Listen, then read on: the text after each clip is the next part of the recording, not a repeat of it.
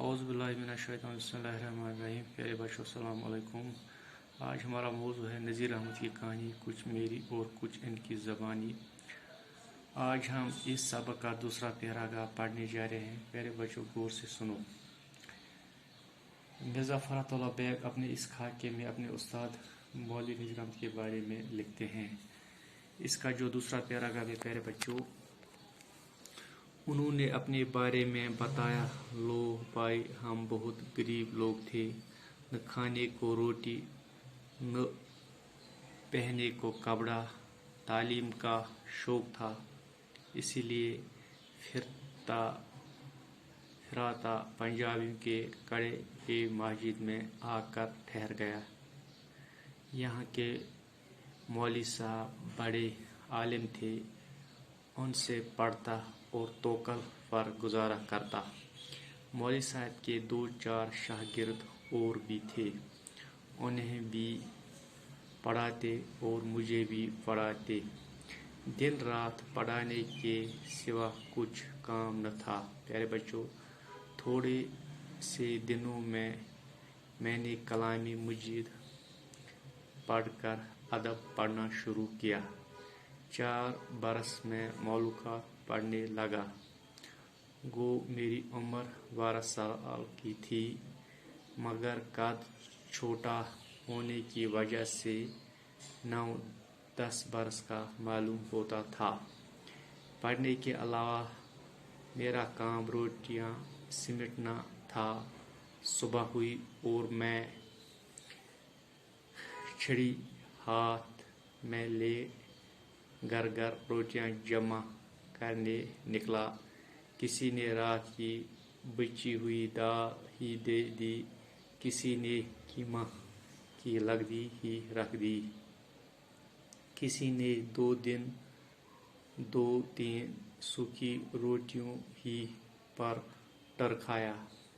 गरज रंग बरंग का खाना जमा हो जाता। प्यारे बच्चों, मस्जिद के पास ही अब्दुल खालिक साहब का मकान था। अच्छे खाते पीते आदमी थे।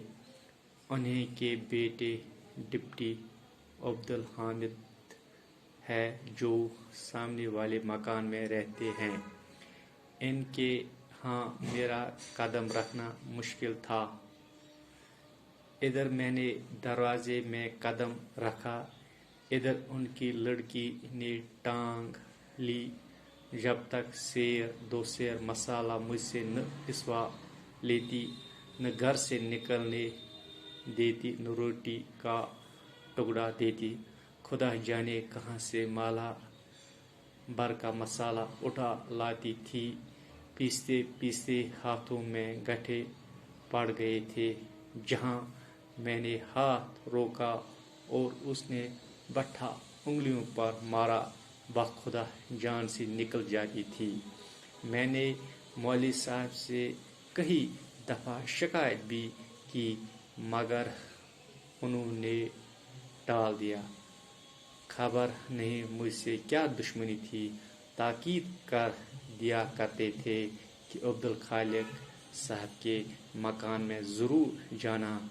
बहरहाल इस मारा दाढ़ी से रोज़ाना वहाँ जाना पड़ता था और रोज़ यही मुसीबत झेलनी पड़ती थी।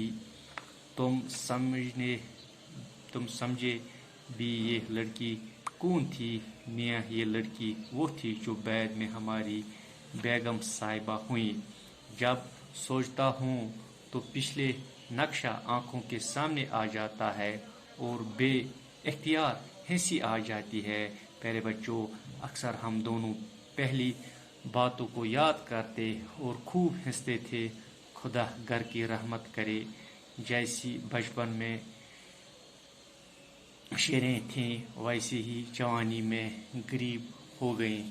प्यारे बच्चों, दरअसल मौलवी नज़ीर अहमद की ज़बानी इनके बचपन के चंद वाक़ात बयान करते हुए मज़मून निगार कहते हैं कि नज़ीर अहमद बचपन में बहुत गरीब थे। न खाने को रोटी और न पहनने को कपड़ा था, लेकिन तालीम का बहुत शौक تھا، اس لیے وہ پنجابیوں کے کڑے کی مسجد میں رہنے لگے، جہاں ایک مولوی صاحب ان کو پڑھاتے تھے۔ مولوی صاحب کے کل 4 شاگرد تھے پیارے بچوں، اور اس مولوی نذیر احمد کو پڑھانے کے علاوہ گھر گھر جا کر روٹیاں سمیٹنا پڑتی تھی۔ اس دوران میں پڑوس کے ایک گھر کی لڑکی جو بعد ان کی شریک حیات بن گئی، انہیں روٹیاں دینے سے پہلے ان سے مسالے پسوانے کا کام لیتی تھی۔ پیارے بچوں، مولوی صاحب کا اپنے بارے میں کہنا ہے کہ وہ بہت غریب تھے، اور بچپن میں پھرتے پھرتے پنجابیوں کے کڑے کی مسجد میں آ کر ٹھہر گئے۔ وہاں کے مولوی صاحب سے کلام مجید اور ادب پڑھا۔ 4 برس میں معلومات پڑھنے شروع کیے۔ مسجد کے ساتھ ہی واقع عبدالخالق صاحب کے مکان کے پہلو میں ان کے بیٹے ڈپٹی عبدالحامد کا مکان تھا، جہاں مولوی نذیر احمد روٹی کھانے کی غرض سے جاتے تھے۔ مالکی مکان کی بیٹی ان سے مسالے پسوانے کا کام کراتی تھی۔ بعد میں اس لڑکی سے ان کی شادی ہوئی۔ پیارے بچوں، مجھے بھروسہ ہے کہ آپ کو یہ سمجھ آیا ہوگا۔